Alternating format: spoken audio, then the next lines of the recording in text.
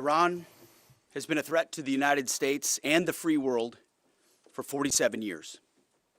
Chants of death to America, targeting our people, killing Americans, lying and blackmailing their way toward a nuclear weapon, so they thought. No longer. Not on our watch. Other presidents marked time and kicked the can down the road. President Trump made history. From the strike that took out Qasem Soleimani, to tearing up the disastrous Obama-Iran deal, to the precision campaign that obliterated Iran's nuclear sites in Operation Midnight Hammer, to the decisive military victory we just achieved in Operation Epic Fury. No other president has shown the courage and resolve of this commander-in-chief. President Trump forged this moment. Iran begged for this ceasefire, and we all know it. As the President truth this morning, a big day for world peace. Iran wants it to happen. They've had enough. Operation Epic Fury was a historic and overwhelming victory on the battlefield. A capital V military victory. By any measure, Epic Fury decimated Iran's military and rendered it combat ineffective for years to come. You see, in less than 40 days, one of our combatant commands, Central Command, CENTCOM, using less than 10% of America's total combat power, dismantled one of the world's largest militaries. The world's leading state sponsor of terrorism proved utterly incapable of defending itself, its people, or its territory. We untied just a fraction of our strength, and Iran suffered a devastating military defeat. Together with our Israeli partners, America's military achieved every single objective, on plan, on schedule, exactly as laid out from day one. Iran's Navy is at the bottom of the sea, whether it's the Soleimani class, their frigate class, their prized drone aircraft carriers, submarines, mine layers, sunk. Iran's Air Force has been wiped out. Iran no longer has an air defense, any sort of a comprehensive air defense system. We own their skies. Their missile program is functionally destroyed. Launchers, production facilities, and existing stockpiles depleted and decimated. And almost completely ineffective. Iran shot hundreds and hundreds of missiles and one-way attack drones at our aircraft carrier. They were obsessed with it, and they never got even close. Every single one of those shots easily shot down miles and miles away from the Abe Lincoln.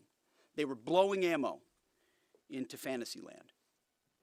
Contrast that with, most significantly, in last night's wave of more than 800 strikes, we finished completely destroying Iran's defense industrial base, a core pillar of our mission objective.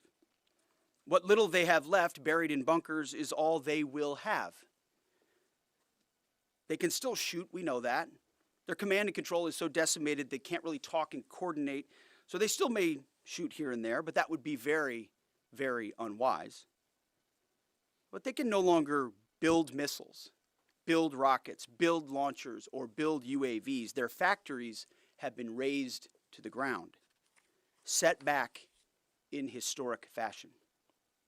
You see, had Iran refused our terms, the next targets would have been their power plants, their bridges, and oil and energy infrastructure. Targets they could not defend and could not realistically rebuild. It would have taken them build missiles, build rockets, build launchers, or build UAVs. Their factories have been razed to the ground, set back in historic fashion.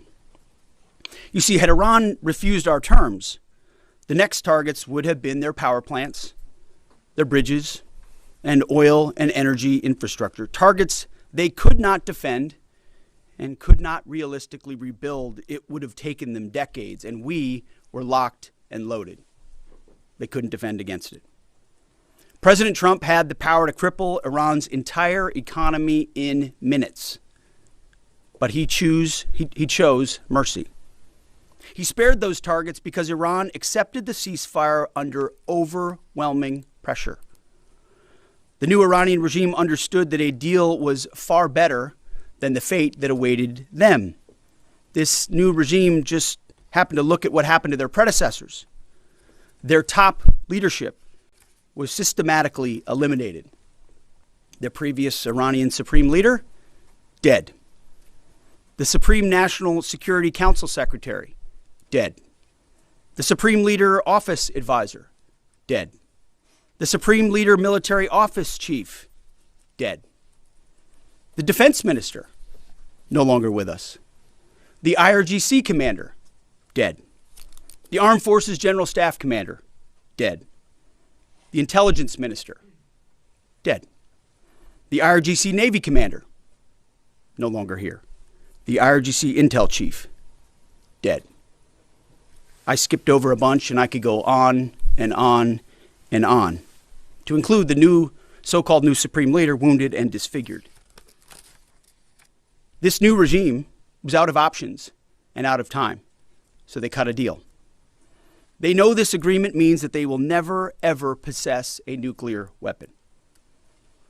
Under the terms, any nuclear material they should have will be removed. Any material, they should not have will be removed. Right now, their dust is deeply buried and watched 24/7 overhead. The president has been clear from the beginning, there will be no Iranian nuclear weapons. Period. Full stop. Other presidents said it. President Trump did it. Operation Epic Fury. Less than 6 weeks, clear mission, decisive action, overwhelming firepower, America first, a historic battlefield victory. For decades, Iran killed Americans with roadside bombs in Iraq, using cowardly proxies to do their dirty work while they hid safely in Tehran. They struck our embassies with car bombs and attacked from the shadows, never daring to face us toe-to-toe. They thought they could bleed America with impunity. Well, they just learned the hard way what happens when you try to fight us directly. And even when they got lucky, one time in 40 days, and downed 2 of our pilots, they couldn't hold them. In a daring 14-hour rescue operation, 7 hours in daylight and 7 hours of night, both pilots were recovered safely. Not once, but twice. A daylight thunder run right up the middle of their country. Boots on the ground. A midnight raid right up the middle of their country. Boots on the ground.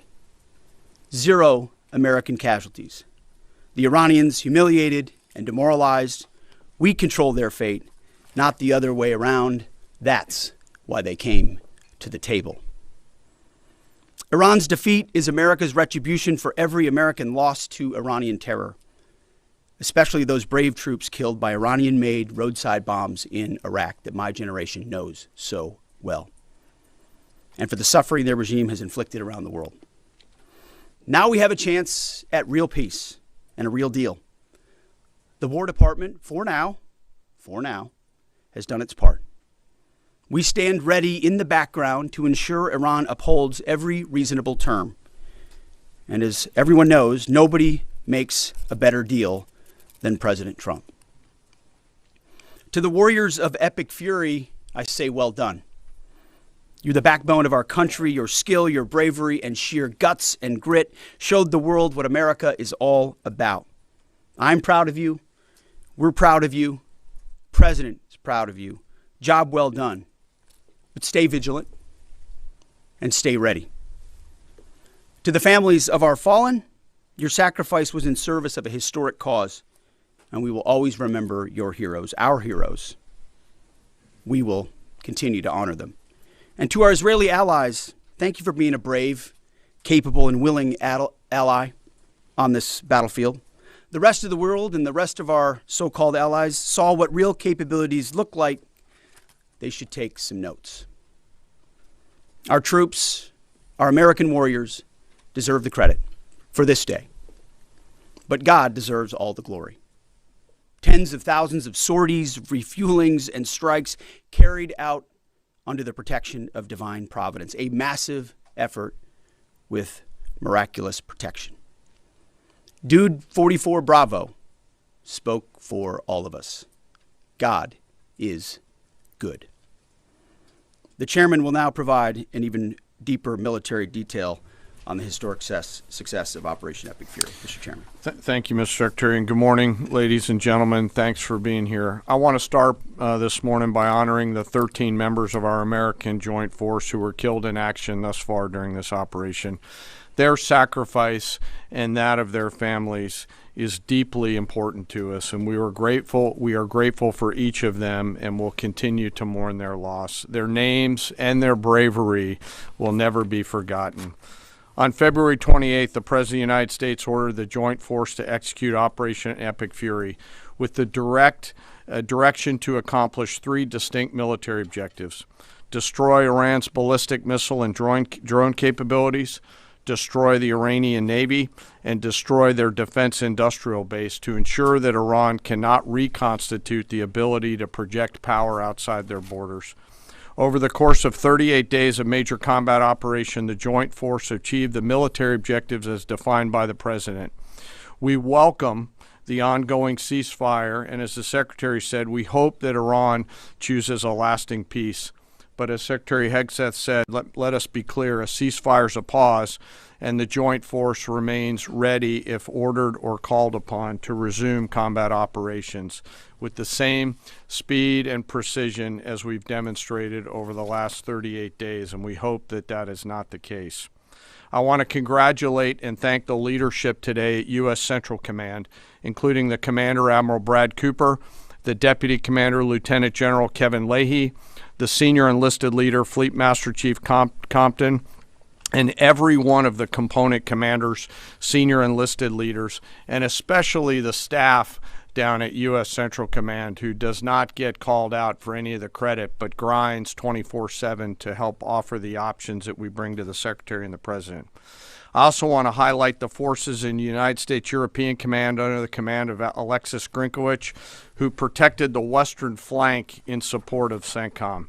And I want to thank our partners across the intelligence community. Our ability to see and understand what an adversary is doing help us to be as decisive as we must be on the battlefield. And that includes DIA, NSA, NGA, the CIA, and the National Reconnaissance Office, and others. I want to thank the other combatant commands who have thus far contributed along the way to U.S. Central Command. This includes Transcom, Stratcom, Spacecom, SOCOM, and Cybercom, all of whom poured all in support of CENTCOM's efforts. And I want to thank, as the Secretary did, our Gulf partners who fought alongside each and every one of us every day. From the Kingdom of Saudi Arabia, the UAE, Bahrain, Qatar, Kuwait, and Jordan, all who joined us together to defend and protect our people and our assets, and who, if required, stand ready to do so again. And I want to thank my team at the Joint Staff, who work literally around the clock in order to help me offer the options that I must with the associated risks to the Secretary and to the President. They are the hardest working people that I know, and I am deeply grateful for their service. Most importantly today, I want to thank America's members of the Joint Force who've poured everything that they can into Operation Epic Fury, and their families who've worked 24 hours a day for 38 days. The Secretary and I could not be more proud of each and every one of you.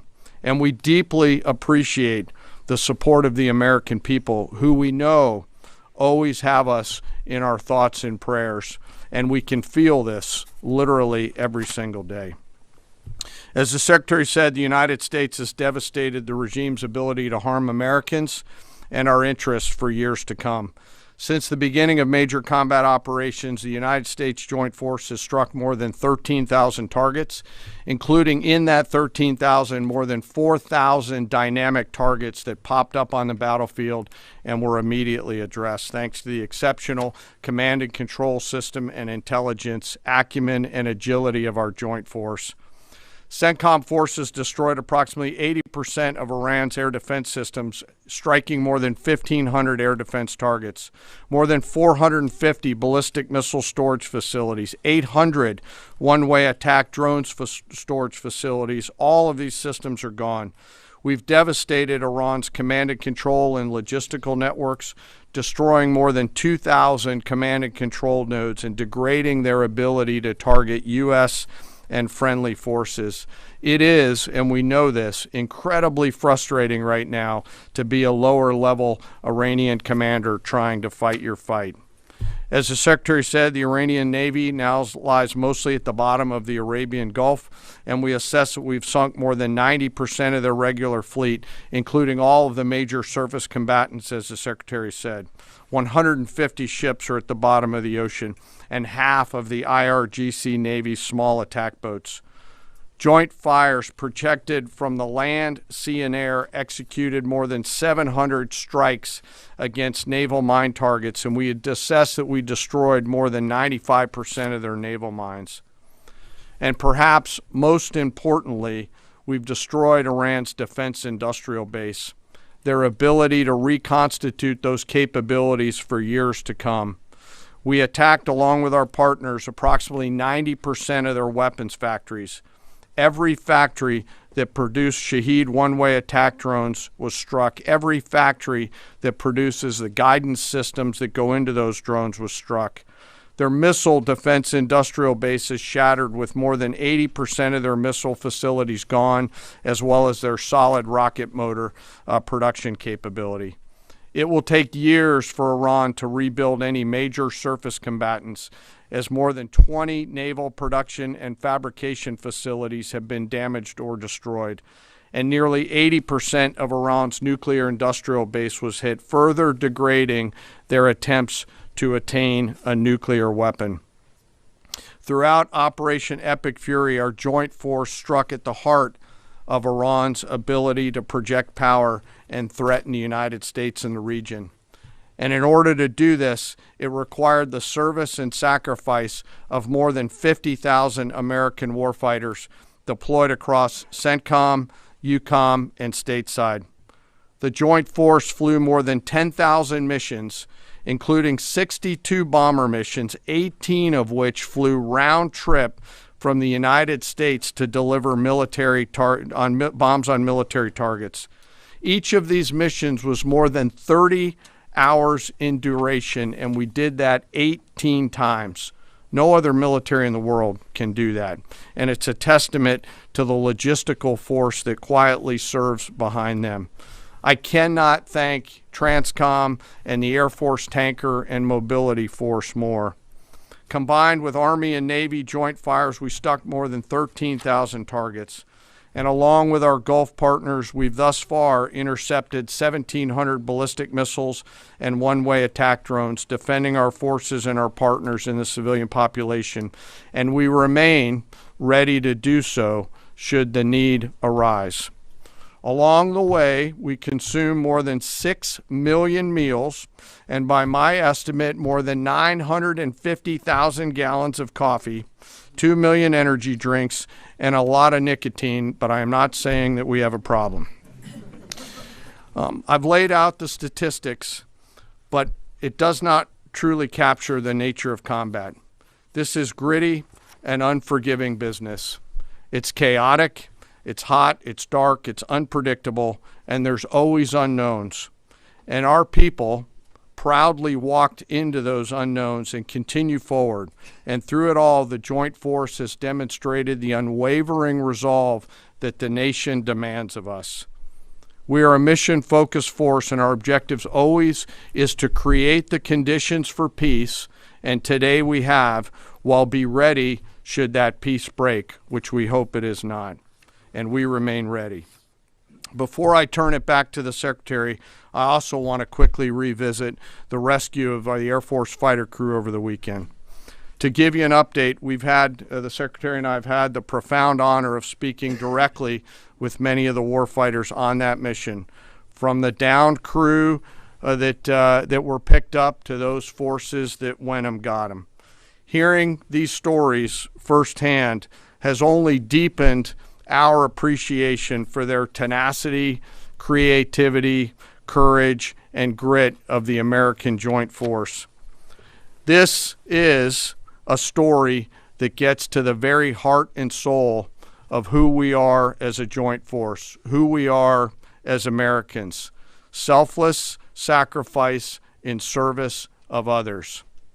From the backseater, Dude 44 Bravo, whose pure and unadulterated joy at seeing those helicopters come into the valley to get his front seater in daylight because he knew the front seater did not have a jacket, and was so filled with heart-leaping joy at his front seater getting picked up, to the nighttime folks that went in and then got him, to the tanker forces that did the things that they had to do to give their own gas away, to the support packages, to those that went into the desert landing site not once, not twice, but 3 times as we fought through multiple contingencies. This was and is a joint force that has the guts to try, that does not quit, and who each and every day does the things that we must to dare to win. No lives were lost. We succeeded because the joint force is always at the ready. They trust each other, they trust their leaders, and they trust their training. And they remember first, foremost, and always that we do these things so that others may live, and we will never leave anyone behind.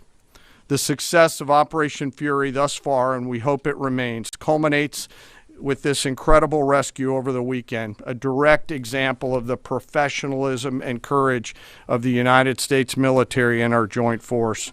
It's the service members on the front lines, our partners in the region, our teammates in the intelligence community, our civilian leaders in the OSW side of the house, the American workers who build the tools and weapons that we use, and the American people who back us up that help us to go do these things. I stand here humbled today, but frankly not surprised by what the Joint Force has been able to do. Their performance is fueled by a deep commitment to each other, their mission, and to our country. It is an incredible, deep honor for me to be a part of this joint force, and I'm humbled by the service and sacrifice each and every day that I am lucky enough to see. And finally, as I always do, I ask that we never forget our fallen and their families, especially those 13 fallen from Operation Epic Fury. May we always be worthy of their sacrifice and honor their legacy. And with that, sir, I'll turn it back over to you. Thank you, Mr. Chairman. We'll take a few questions. Alexander Ingersoll, One America News. First of all, thank you to our troops. What role is our military playing in escorting vessels through the Strait of Hormuz at this point? And the president said on Truth Social that the U.S. will be hanging around to make sure everything goes well. Obviously, Mr. Secretary, you just mentioned, we know the scars from hanging around in Iraq for decades. But what does that entail in terms of our military presence at this juncture? Yeah, we'll be hanging around. We're not going anywhere. We're going to make sure Iran complies with this ceasefire, and then ultimately comes to the table and makes a deal. So we'll stay put, stay ready, stay vigilant, as the chairman laid out. Our troops are prepared to defend, prepared to go on offense, prepared to restart at a moment's notice with whatever target package would be needed in order to ensure that Iran complies. As far as the Strait, you saw the initial agreement that was struck, which is Iran's letting ships go through. So they'll be that will be happening. They will be sailing, and ultimately, as the president, we've done an incredible job militarily inside the Strait of Hormuz. What Admiral Cooper, I failed to mention Admiral Cooper's name. He's done a phenomenal job, along with everybody at AFCENT and ABCENT and ARCENT and all the components down there, laying the groundwork for Iran. Iran doesn't have the same ability to defend it the way they did before, and so as the president has pointed out to the rest of the world, we barely get any of our energy out of the Strait. Just a tiny fraction. It's time for the rest of the world to step up and ensure that that stays open after President Trump and the War Department brought Iran to the place where they are voluntarily opening it right now, as was announced last night. Yes, Jared. Thank you, Mr. Secretary, and thank you both for the update. President Trump posted on Truth Social this morning that there has been a very productive regime change in Iran, and that there will be no enrichment of uranium, and the U.S. will work with Iran to dig up and remove the deeply buried nuclear dust. So I just have two questions here. So both you, Mr. Secretary, and the President have referred to a new regime in Iran. So is this not the regime that was at war with us for 47 years? And what do we think of when we're saying that this is a new regime? What are we thinking and what are we saying there? And then my second question is, with any future deal with Iran, is their handing over of all of their enriched uranium, and they're promising not to enrich any future uranium, a non-negotiable for the U.S.? Well, it's always been non-negotiable that they won't have nuclear capabilities. And so right now it's buried and we're watching it. We know exactly what they have, and they know that. And they will either give it to us, which the president has laid out. They'll give it to us voluntarily. We'll get it. We'll take it out. Or if we have to do something else ourselves, like we did in Midnight Hammer or something like that, we reserve that opportunity. But what's clear, what the new Iranian regime knows, is they'll never have a nuclear weapon or the capability to get a path to one. As far as the new regime, you heard the list that I read.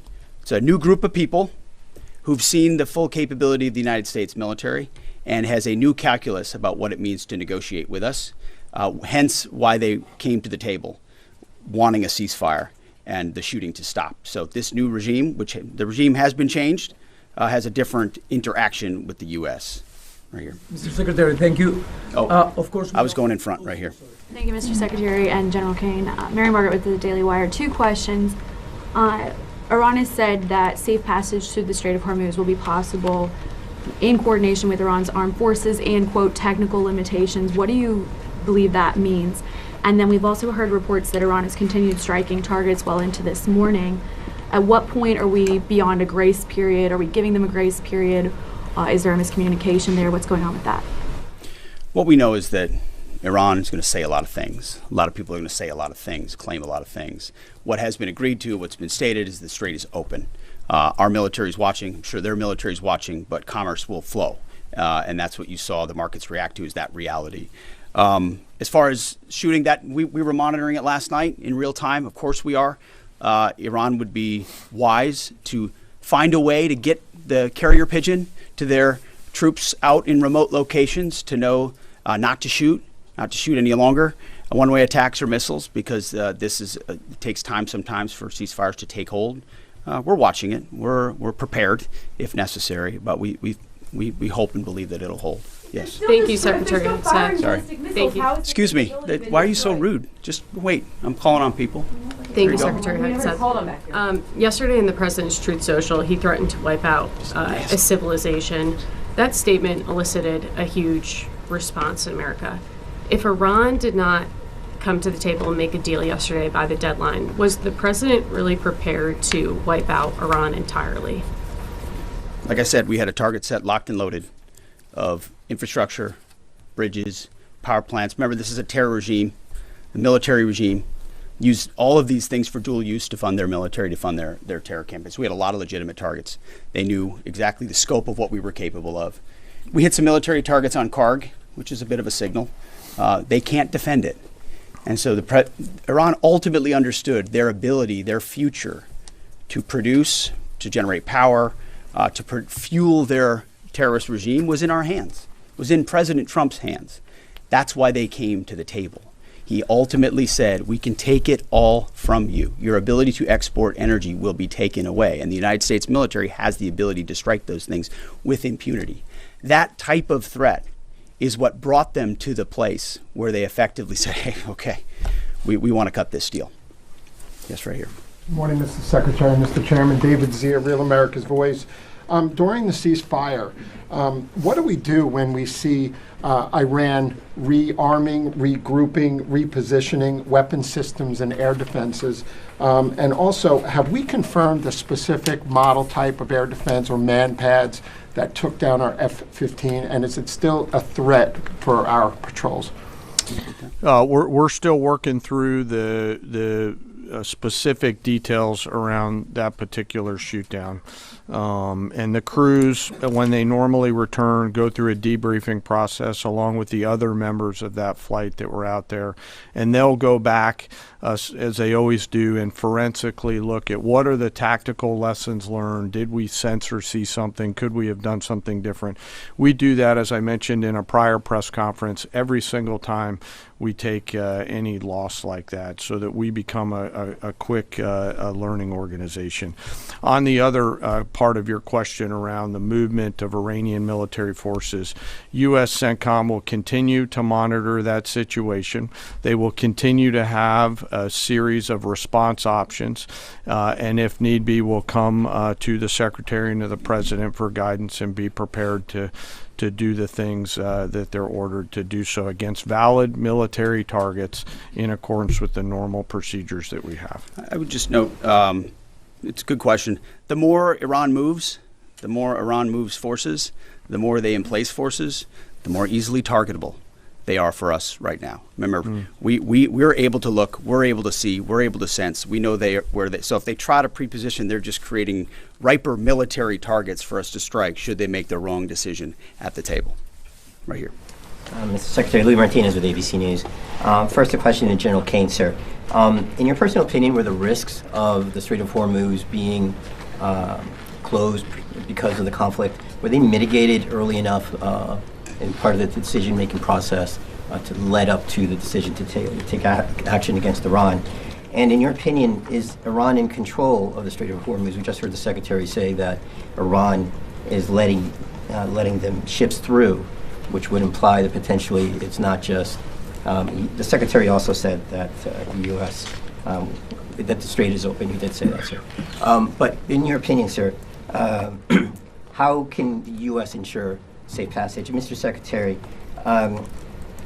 can you say today that the United States achieved, the administration achieved the military goals that you've constantly delineated? But strategically, is that a victory because of that? And also, you said earlier that the president chose mercy. But you yourself had said 3 weeks ago that we will give no quarter to Iranian troops. How do you correlate those two? And do you think that your comments may have put American troops at risk? No. I try to be nice up here, but you did listen to what I said, right? I laid out the objectives. We believe we've accomplished them, and it's a historic military victory. And President Trump has the option as the commander-in-chief to compel an adversary to the table, which is precisely what he did. And at the end, he chose to say, you know what, I'd rather talk to you at the table than obliterate your capability to export oil and fund your terror regime. So he did make that choice. That was his choice. He was a president of peace, and he's been willing to make those really tough calls that the American people elected him to do. Nothing we've done, not a single thing we've done. This is a typical, of course, it's ABC. Not a single thing we've done has put an American troop in more of a harm's way. We've only set our troops up to harm Iranian military capabilities, which they've done to devastating fashion and to great success. Mr. Chairman, you had a point. There's a lot in that question. I'd love to take that offline and answer it, but I'm struggling to find exactly what your question was, and that's probably me, not you. Okay, all right. Sorry about that. Mr. Chairman, it was an indictment framed as a question, so you're forgiven for not understanding. Go ahead, please. No, you've had your chance. Go ahead, sir. Thank you very much. I believe so, based on the diplomatic negotiation. I believe so. It is I always believe nice so. to see Yeah, you. sorry. Mr. Kurd or Rahim Rashidi from Kurdistan. I am representative Kurdistan TV and Kurdistan 24 today. I have two questions.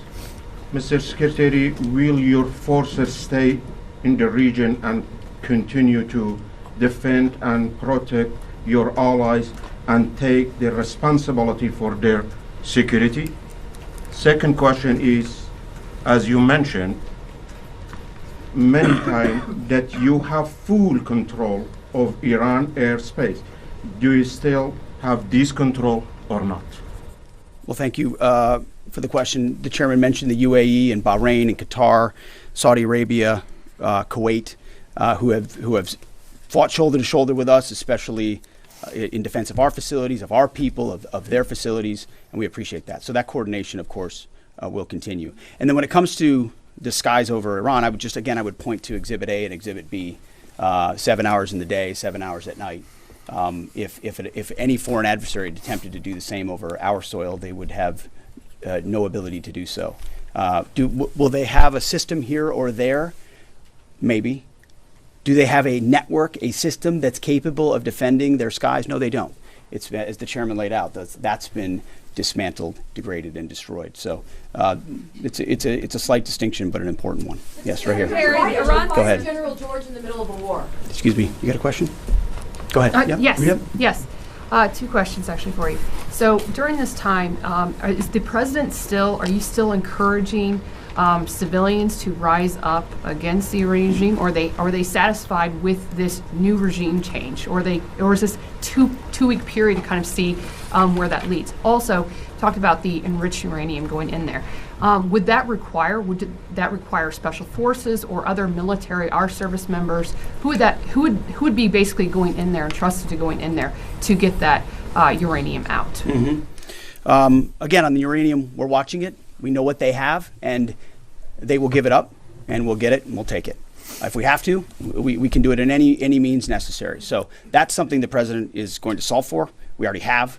We had Midnight Hammer with the place we put them in, and the reason it's in the situation where it is. The second one was about the people. Listen, I would love to see the Iranian people take advantage of this opportunity.